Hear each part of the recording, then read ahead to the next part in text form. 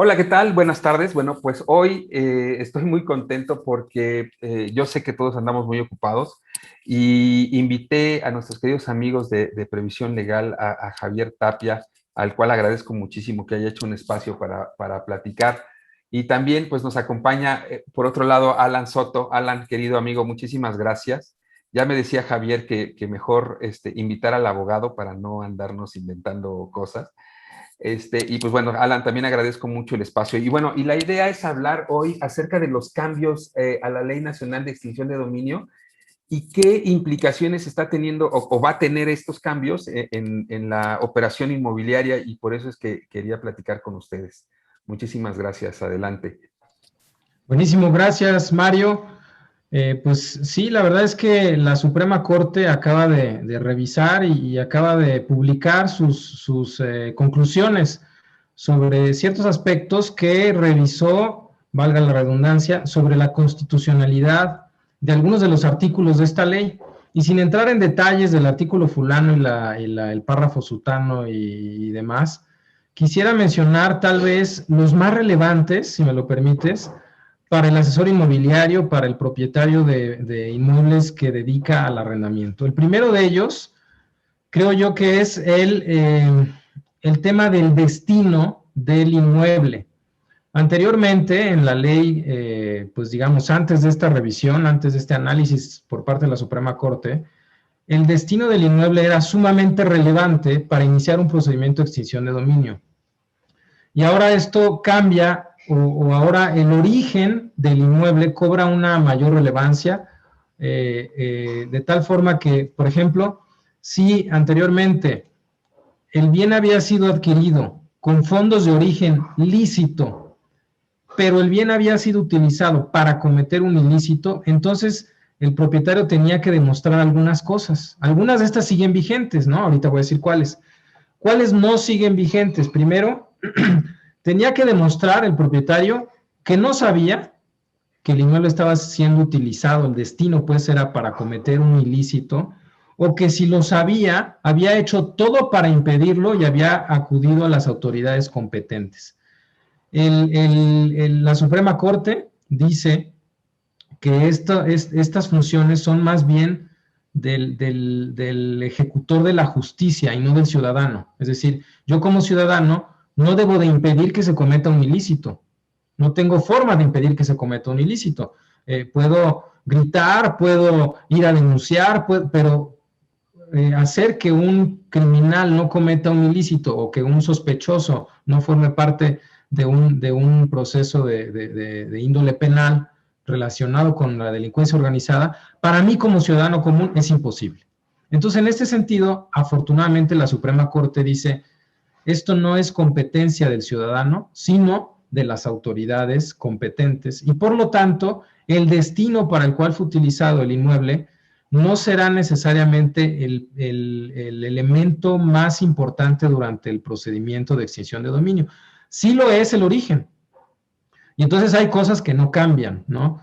Si bien ahora ya no tendría el propietario que demostrar que no sabía o que hizo todo lo posible para impedirlo, sigue teniendo que demostrar, por un lado, la buena fe, eso no cambia, la buena fe con la que se realizó el negocio de arrendamiento con el inquilino, es decir, un expediente bien estructurado, investigaciones bien hechas, un contrato con fecha cierta y además el pago de los impuestos, esto tampoco cambia, ¿no? Y por otro lado, pues todo el tema registral y escritural del inmueble tiene que estar en perfecto orden, ¿no? Vamos a suponer, si el propietario, perdón, tiene ingresos anuales por 1 millón de pesos y tiene un bien inmueble de 10 millones de pesos, aunque tenga escrituras, probablemente no pueda demostrar que con sus ingresos se hizo de este inmueble y entonces pudiera tener algún tema, ¿no? Pero si los ingresos del propietario tienen una relación con el valor del inmueble, si además tiene el tema escritural en orden, el tema registral en orden, además tiene un contrato con fecha cierta, pagó los impuestos y se hizo un expediente bien sólido del arrendamiento, el destino del inmueble ya no es tan relevante en el proceso. Es decir, podrá salir bien librado de un procedimiento de extinción de dominio, ¿no? El otro evento, o el otro gran cambio es la enajenación anticipada, es decir, la autoridad podía, habiendo iniciado el proceso de extinción de dominio sin llegar a sentencia, vender el inmueble y pues hacerse de los montos que correspondieran. Si después del procedimiento se determinaba que no procedía, valga la redundancia, entonces habría una restitución hacia el propietario, pero pues esta enajenación anticipada ya determinó la Suprema Corte que no es constitucional y que por lo tanto no procede. Entonces son los dos elementos tal vez más importantes que hacen que ahora haya un poco más de certeza jurídica ante un procedimiento de extinción de dominio. Y hay otros un poco más técnicos, un poquito más puntuales, que me gustaría que Alan participara y nos comentara cuáles son ellos, ¿no? Pero básicamente estos son los dos más, digamos, comerciales, los dos más impactantes para asesores y propietarios. Estupendo, Javier, muchísimas gracias. Alan, antes de iniciar, voy a hacerte una pregunta, o bien a Javier. ¿Qué sucede para las propiedades que ya antes de este cambio a la ley habían sido sujetas de una confiscación, ¿no? O de un proceso inicial de extinción de dominio? Adelante, Alan, si quieres, es uno de los temas que teníamos preparados por tu lado. Sí, claro que sí. En este caso, la retroactividad, hay un principio constitucional que señala que ninguna ley puede ser retroactiva en perjuicio de una persona, pero sí puede ser retroactiva cuando le beneficie. En este caso, es algo que necesita aterrizar de manera adecuada la Suprema Corte, porque si bien ahorita ellos van a dar esta resolución en donde algunas fracciones de esta ley se van a eliminar, se van a tener como no puestas, entonces con esta nueva normatividad o esta normatividad corregida, se puede aplicar este nuevo criterio para los casos que ya estaban ahorita en un proceso de extinción de dominio. De primera mano incluso se ha llegado a mencionar que la ley que estaba vigente o que está vigente hasta antes de esta revisión se considera como completamente válida y apegada a derecho. Pero insisto, por criterio o por principio constitucional, sí se tendrían que someter a revisión. Y si este tipo de modificación trae algún beneficio para los procesos y para los inmuebles que ahorita están siendo incautados o están asegurados, entonces sí les tiene que beneficiar, insisto, porque ninguna ley puede ser en perjuicio, pero sí puede beneficiar a la persona que ahorita esté siendo juzgada. Muchísimas gracias, Alan. Bueno, pues esa era una pregunta que ahorita que terminó Javier me surgió, porque creo que conocemos muchos de varios casos que se encuentran en esta situación y que están en el proceso, ¿no? Entonces, bueno, pues ya creo que nos acabas de aclarar mucho la duda a ese respecto. Bueno, pues ahora sí te dejo presentar de lo que nos ibas a hablar. Gracias, Mario. Bien, como menciona Javier, con esta revisión que se hizo en la ley pasada o en esta ley, lo que sucedió fue, se robusteció mucho la figura del Ministerio Público. Entonces, tanto se hizo que, por ejemplo, hay una parte en donde por urgencia, por horario, por diversas situaciones que marca la misma ley, el Ministerio Público podía acceder a bases de datos e incluso, no sé si recuerdas, una situación en donde la geolocalización podían entrar el mismo Ministerio Público. Entonces, tenían acceso a esta información, que es información privilegiada, son datos personales, tenían acceso y lo podían hacer después de haberlo realizado, solamente tenían que informar a la autoridad y detallar el motivo, es decir, por qué lo hicieron. Entonces, primero lo hacían cuando ellos lo consideraban y ya después informaban y lo fundamentaban. Hoy por hoy ya no.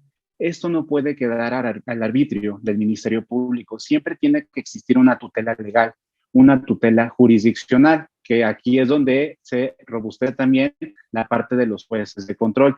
Estos jueces de control son aquellos que cuando estamos en una etapa de Ministerio Público son los que van a decir qué medida precautoria podemos tomar, si existe o no reparación del daño, son estas figuras que van a actuar de esa manera. Entonces, hoy por hoy, con esta modificación, primero tienen que tener la autorización por parte de un juez de control para ver si es procedente que ellos puedan tener acceso a esta información o definitivamente no. Entonces, con esto queda esa parte solventada.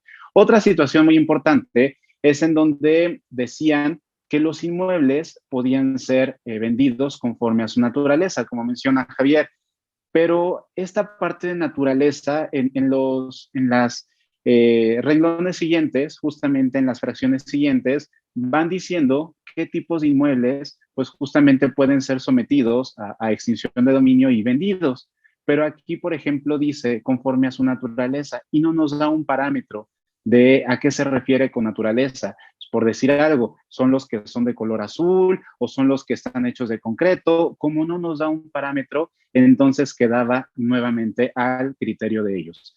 Esto es justamente inconstitucional y entonces, como no hay una referencia, también se tiene que eliminar. Y en esta parte, muchas de las funciones que se le daban incluso a los ciudadanos, que fungiéramos como ministerios públicos para pues estar indagando, estar averiguando si nuestro inquilino o la persona es delincuente o realiza algún tipo de delito al interior de nuestro inmueble, se elimina porque justamente esto es competencia del Ministerio Público. Entonces, pues ya queda más civilizada esta parte de la ley. Estupendo, estupendo, Alan. Entonces, déjenme tratar de hacer un resumen. Primero en la parte que nos comentó Javier. Javier, el hecho de seguir teniendo un buen contrato y actuar y establecerlo por escrito que estamos actuando en el arrendamiento de buena fe, eso no cambia. Eso tiene que seguir, ¿vale? Entonces, eso tiene que seguir. Eso tiene que seguir. Entonces, bueno, la demostración de que nosotros rentamos de buena fe continúa. Eso es algo que sí nos van a revisar. Por supuesto, como bien dices, el pago de los impuestos no cambia, hay que seguirlo haciendo, pero realmente tiene otra implicación. Y Alan, y por otro lado, entonces pareciera que ya no es que te van a caer y te van a quitar tu propiedad así porque sí, o sea, el proceso te va a dar más flexibilidad de poder demostrar que tú no sabías, que tú no podías actuar en consecuencia y que habías actuado, como se lo comenté a Javier, de buena fe a través de un contrato, ¿es correcto?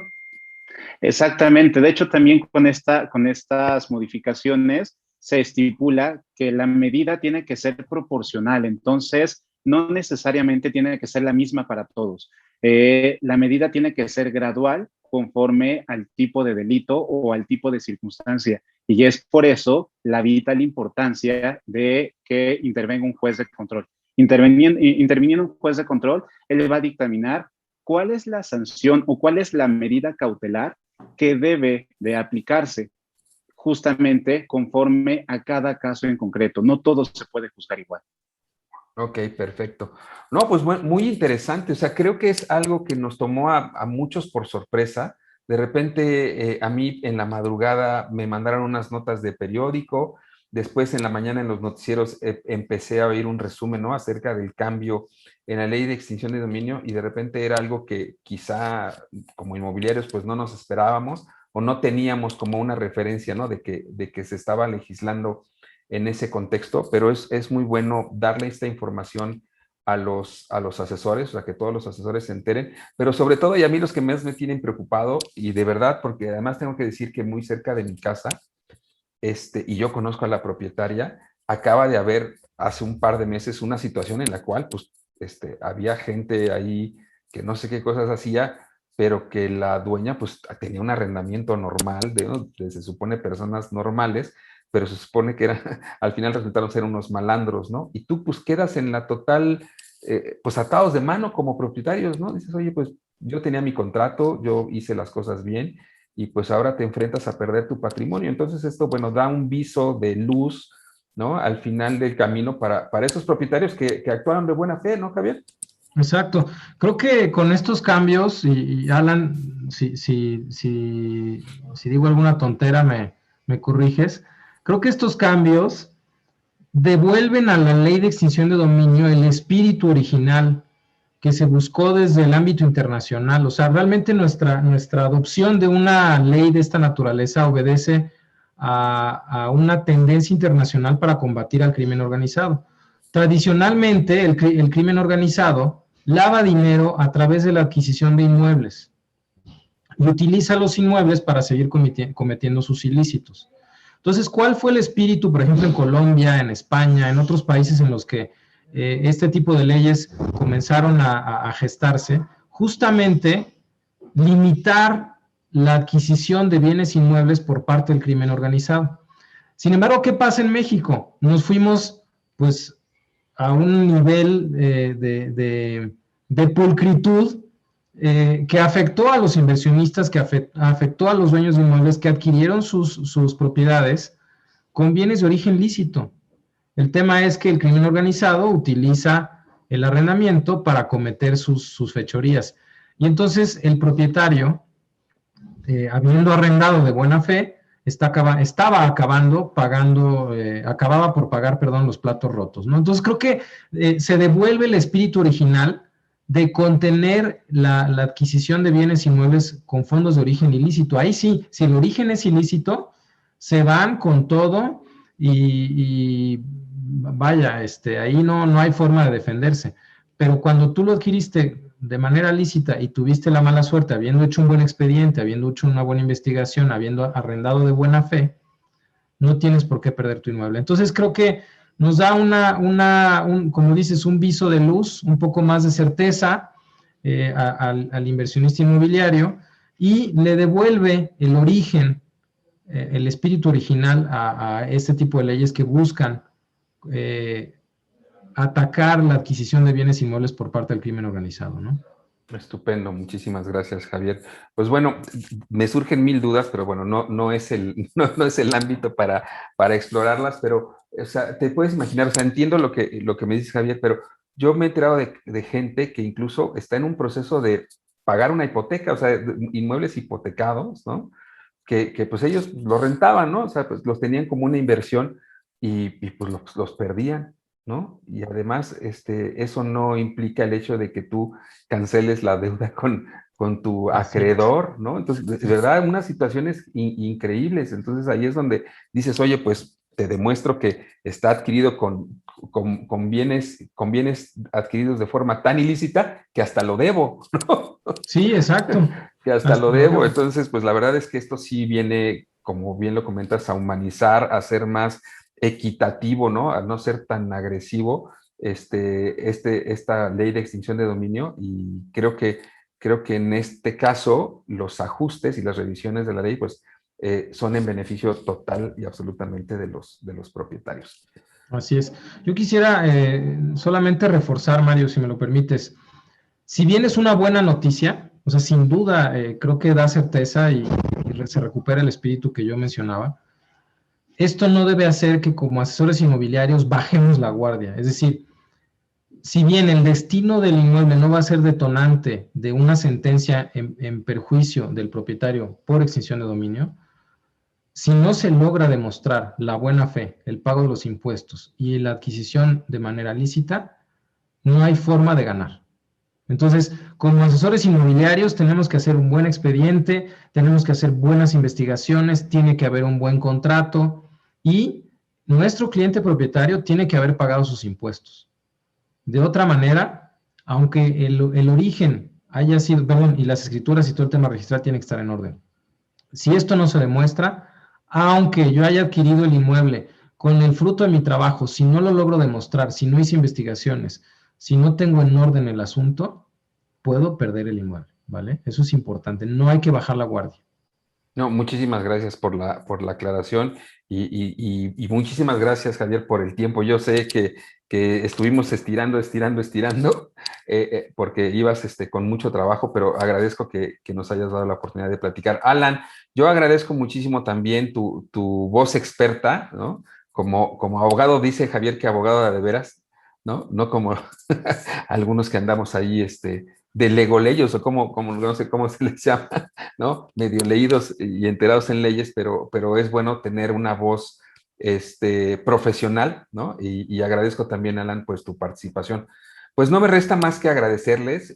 Era un tema que teníamos ahí pendiente y que yo quería compartir con los asociados de AMPIMEM respecto de este cambio en la legislación y sobre todo en el tema de la ley de extinción de dominio y cómo esto pues venía a modificar, iba a decir a afectar, pero no es una afectación, realmente es un beneficio, cómo iba a venir a modificar su aplicación en el mercado inmobiliario. Pues nada, no me resta más que agradecerles a los dos y desearles muy buenas noches. Igualmente, un abrazo. Muchas gracias, Mario. Muchísimas gracias, que pasen Abrazos a muy bien. todos. Chao. Chao. Hasta luego.